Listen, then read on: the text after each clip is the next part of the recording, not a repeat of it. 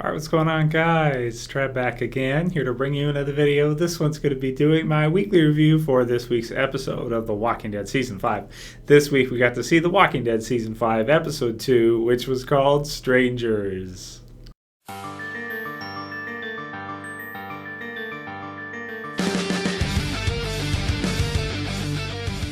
And as always, my reviews do contain spoilers for anyone who has not seen the follow-up to the premiere, the second episode yet. You may or may not want to watch this. So before we get into the actual review itself, I want to give a list. Some people were asking for a list of the people who won last week for the free copy of The Walking Dead Season 4 on either Blu-ray or DVD that I was doing as a giveaway.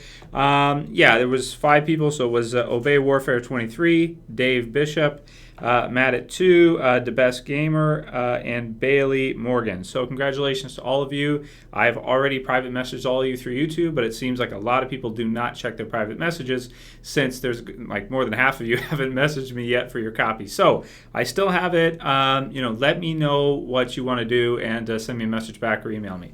That said, so this week I'm not going to be doing a giveaway just because I haven't even wrapped up the ones from last week yet. But in the future, I may still be doing some giveaways. Basically, all you have to do, you have to be a subscriber to enter, and then I'll ask in a review for, an opinion about the episode, like your favorite zombie kill or something like that, or favorite character, of the episode, or just anything like that to, get a contest going and do a giveaway. So basically, those are the ones who won. Like I said, message me if you haven't already. And thank you everyone who entered last week for the contest. Not going to do one in this episode, but I may do them in the future. So if you want to be able to enter in that in future reviews, please subscribe if you're new. So that said, awesome episode, man. Great follow-up off of the premiere. Now, of course, the premiere was pretty big this year. I mean, it was a big premiere. We had a lot of just crazy action, a lot of things happening. Of course, the follow-up to it was not going to be on the same scale. I think we kind of figured that, we kind of knew that, but it still was super scary at the end. Now, this is one that I would put in terms of a little predictable. It was a little bit predictable for what happened at the end. If you guys have seen my predictions videos, that kind of thing, hit the nail right on the head in this one. End of the episode, major spoilers, of course. Bob gets taken by the hunters, led still by Gareth. They've lost their home now. We got some kind of confirmation that Terminus is destroyed. They've had to abandon ship. There's nothing there for them anymore.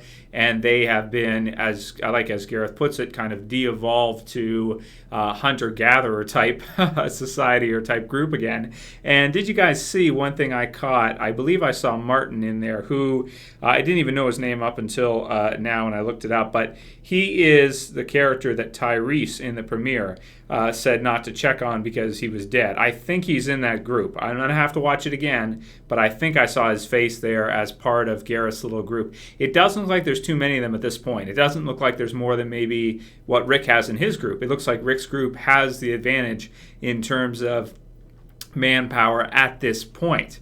But that said, Garrett's group knows where they are. They've tracked them. They know where they're staying, and the vice versa of that is not true. Rick's group do not know where Garrett's group and the hunters currently are. So that was like a horrific and creepy ending. Now, it's kind of straight out of the comic books for anyone who's read the books, but the character involved is switched because in the comic books, well, I don't want to go into it in case anyone still intends to read that, even though it's old. But it's just a character switch out basically. But the big question with this one, and I'll do a video to it entirely this week, just giving my thoughts on it, because I got to watch it again to say whether or not Bob was going out there because he knew he was dead.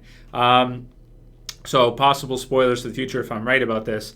When Bob was pulled into the water by that skeletal zombie, the one that was a lurker that had been under the water and grabbed him and kind of pulled him down and got him, kind of caught him off guard, so to speak.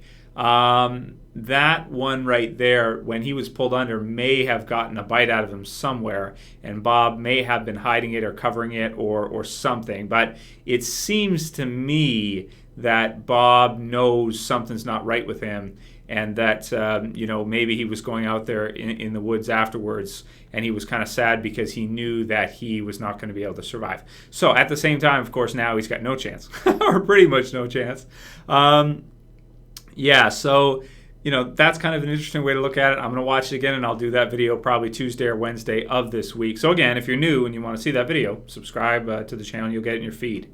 So that said, so I just thought the ending was really well delivered. The lines from the actor Andrew J. West, who plays Gareth, just amazingly delivered. Kind of has a little bit of Joker in there. You can't go back, Bob. Well, not with that, but some of the things he said wasn't personal. It kind of gave me a Ledger Joker feel. Even in the trailer, too. I mentioned this before. It's not. I've seen The Dark Knight too many times. I admit that. But it kind of made me feel like he's kind of going for a little bit of that, that kind of feel that Ledger had as the Joker and the things he was saying. In nothing personal. It just really had a Joker feel to me. But it was good. It was good. It was really scary. It was really intimidating, really horrific. And when they zoom out and they show the leg at the point which they cut it off at, and that he's still alive, he's still there, just waking up. The way they shot it with the fuzziness and everything, man, as Gareth comes into view, that was really well done, very pro. And I didn't really expect it to happen this early. Like, this is only the second episode, and look at the pacing season 5 is at already. Because in the past we've had one group, we meet a group, something happens with them.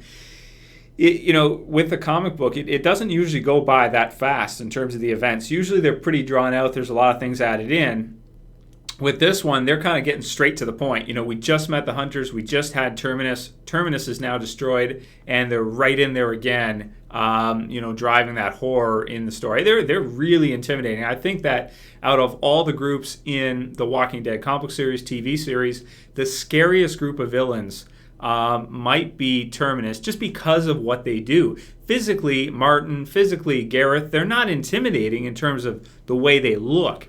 What they do is so horrific that the extent to which they have allowed the world to adjust who they are, transform them, makes them absolutely terrifying. And also their zeitgeist or their worldview is just so dark, like Martin's, like as he's talking to Tyrese, and it looks like we're going to see some of that develop.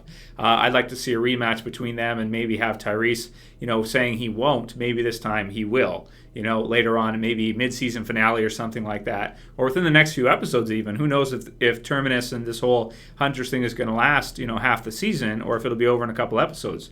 I guess we'll have to wait and see. But it's damn scary. It's damn horrific. It's damn terrifying. I love it. It's just, it's so scary, man.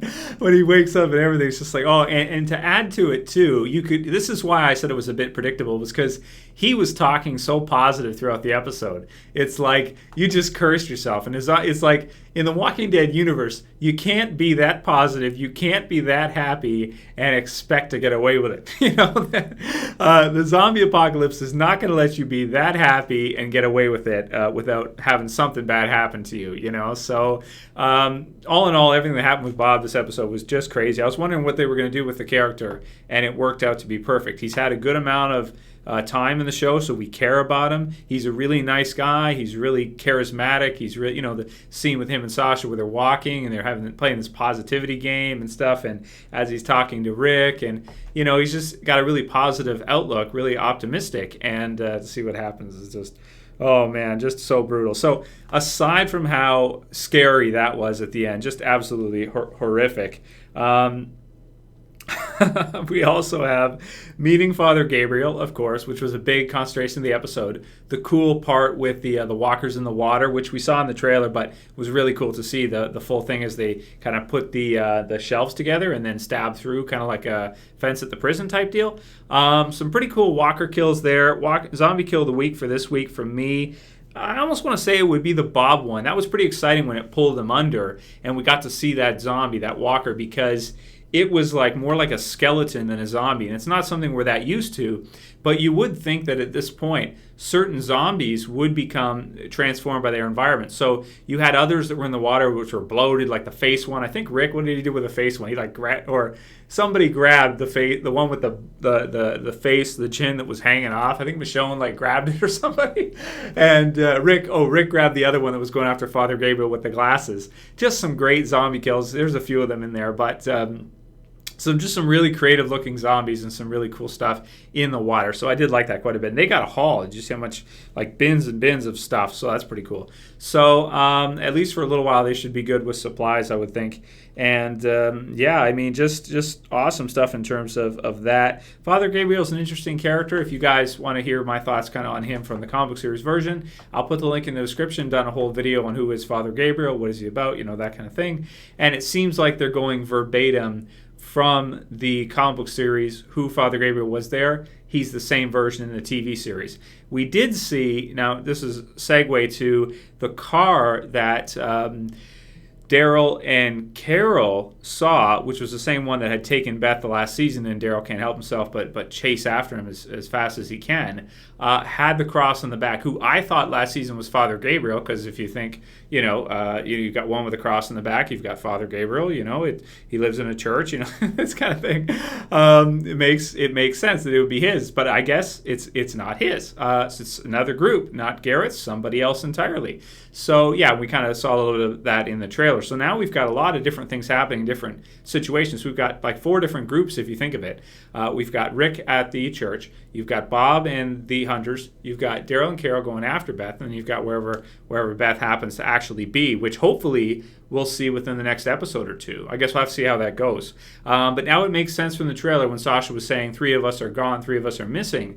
Now we know the 3, Bob and then Daryl and Carol, because they ran off to try to find Beth, the car too. They chased after the car, but yeah, they took off basically.